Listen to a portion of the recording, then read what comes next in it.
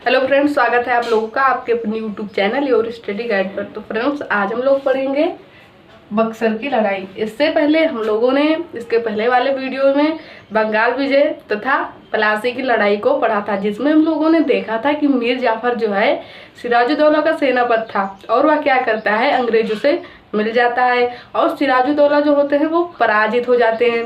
अब उसके बाद देखो, प्लासी की लड़ाई जो हुई थी वो 23 जून 1757 ईस्वी में हुई थी और सिराजुद्दौला जो है वो पराजित हो गया था। अब उसके बाद क्या होता है, कैसे बक्सर की लड़ाई होती है और क्या क्वेश्चन इससे पूछे जाते हैं, आज हम लोग यही देखेंगे।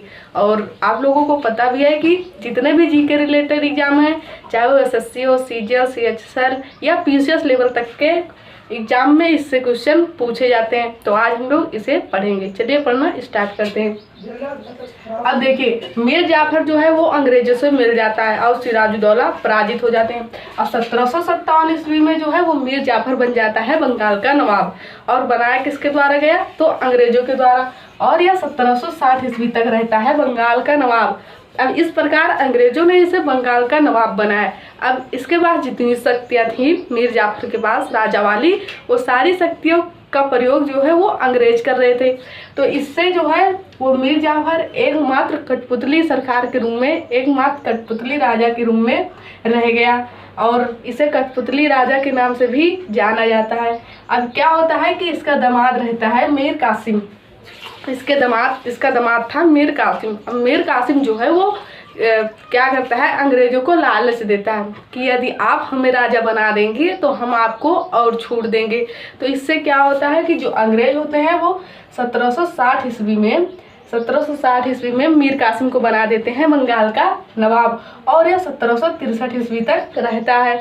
लेकिन यह क्या करता है, जब यह राजा बन जाता है तब यह मीर जाफर से योग्य शासक साबित होता है और यह क्या करता है कि राजधानी जो है वो मुर्शिदाबाद से मुंगेर बना देता है। और जो अंग्रेज थे वो सिर्फ अंग्रेजी व्यापारियों को ही छूट दिए हुए थे। और तो जो मीर कासिम था वो भारतीय व्यापारियों को भी छूट देने लगा। इससे क्या होता है कि अंग्रेजों को लगने लगा कि जो मीर कासिम है यह हमें धोखा दे रहा है और हमसे अलग हो रहा है। तो इससे क्या होता है कि एक घटना होती है 1763 में, एक घटना होती है जिसे पटना कांड के नाम से जाना जाता है। इसमें क्या होता है कि एक अंग्रेज थे एलिस, अंग्रेजी सेना के समझिए अधिकारी के रूप में थे एलिस। ये क्या करते हैं कि मीर कासिम के ऊपर आक्रमण करते हैं और जो एलिस हैं ये पराजित हो जाते हैं। इससे क्या होता है कि जो अंग्रेज थे वो रुष्ट हो जाते हैं और क्या करते हैं कि 1763 ईस्वी में मीर कासिम को राजा के पद से हटा देते हैं और वे पुनः मीर जाफर को बना देते हैं राजा। बंगाल का नवाब फिर से बना देते हैं किसे, मीर जाफर को। और जो मीर जाफर है वो पुनः 1765 तक राजा बने रहते हैं। तो इस बीच आप लोगों को इसमें क्या क्या ध्यान रखना है कि मीर कासिम 1757 ईस्वी में शासक बनता है, 1760 ईस्वी तक रहता है। उसके बाद मीर कासिम बनता है शासक 1760 ईस्वी में, 1760 से 1763 ईस्वी में होता है। उसके बाद क्या होता है कि 1763 ईस्वी में पटना कांड होता है जिसमें एलिस अधिकारी जो अंग्रेज के थे उसमें मीर कासिम ने उन्हें हरा दिया था। इसलिए अंग्रेज जो है वो मीर कासिम को पद से हटा देते हैं और पुनः मीर जाफर को बना देते हैं शासक और वह 1765 ईस्वी तक रहा। और ये दो पॉइंट जो है इसे भी ध्यान रखना है कि मीर कासिम ने जो है राजधानी मुर्शिदाबाद से मुंगेर परिवर्तित कर दी थी। अब देखिए, जब यहाँ मीर कासिम को राजा के पद से हटा दिया जाता है तब वो यहाँ से भाग कर जाते हैं कहाँ वो यहाँ से भाग कर जाते हैं अवध, यूपी के क्षेत्र अवध में। और वहाँ के नवाब कौन थे, सुजाउद्दौला।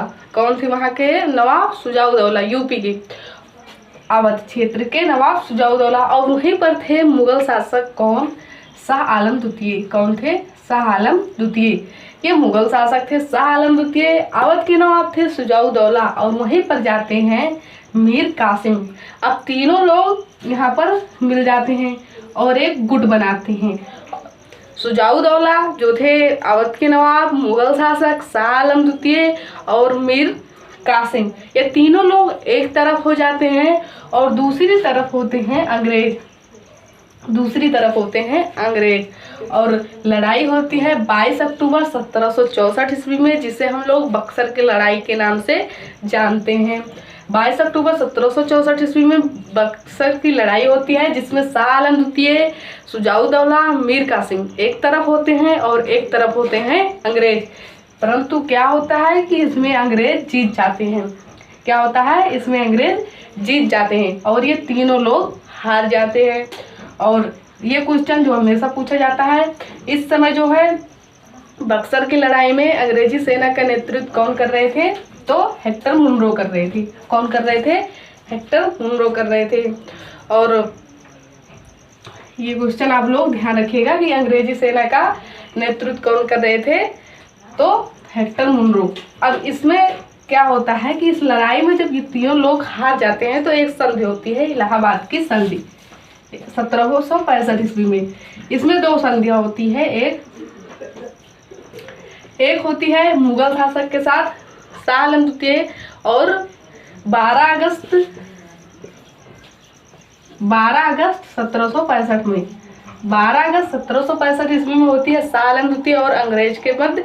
इसमें क्या होता है कि जो अंग्रेज होते हैं वो शाह आलम द्वितीय को 26 लाख पेंशन देते हैं। अंग्रेज देते हैं किसको, अंग्रेज देते हैं मुगल शासक शाह आलम द्वितीय को। और एक संधि होती है 16 अगस्त 1765 ईस्वी में। यह संधि होती है किसके मध्य, शुजाउद्दौला जो अवध के नवाब होते हैं और अंग्रेजों के मध्य। तो ये डेट इतना इम्पोर्टेंट नहीं है जितना इम्पोर्टेंट ये डेट है 1765। और इसमें क्या होता है कि 50,000 जो है वो 50,000 जो है वो शुजाउद्दौला देते हैं किसको, शुजाउद्दौला देते हैं अंग्रेजों को, क्योंकि ये बेवजह के युद्ध में शामिल हुए थे। तो ये दो संधि याद रखनी है कि एक होती है अंग्रेजों और मुगल शासक शाह आलम द्वितीय के मध्य 1765 ईस्वी में, 12 अगस्त 1765 ईस्वी में, और 16 अगस्त 1765 ईस्वी में होती है शुजाउद्दौला जो अवध के नवाब थे और अंग्रेजों के मध्य। और क्या होता है कि इसमें 50,000 रुपये पेंशन के रूप में देते हैं, तथा अवध और कड़ा का क्षेत्र भी जो है वो देते हैं किसको, शाह आलम द्वितीय को।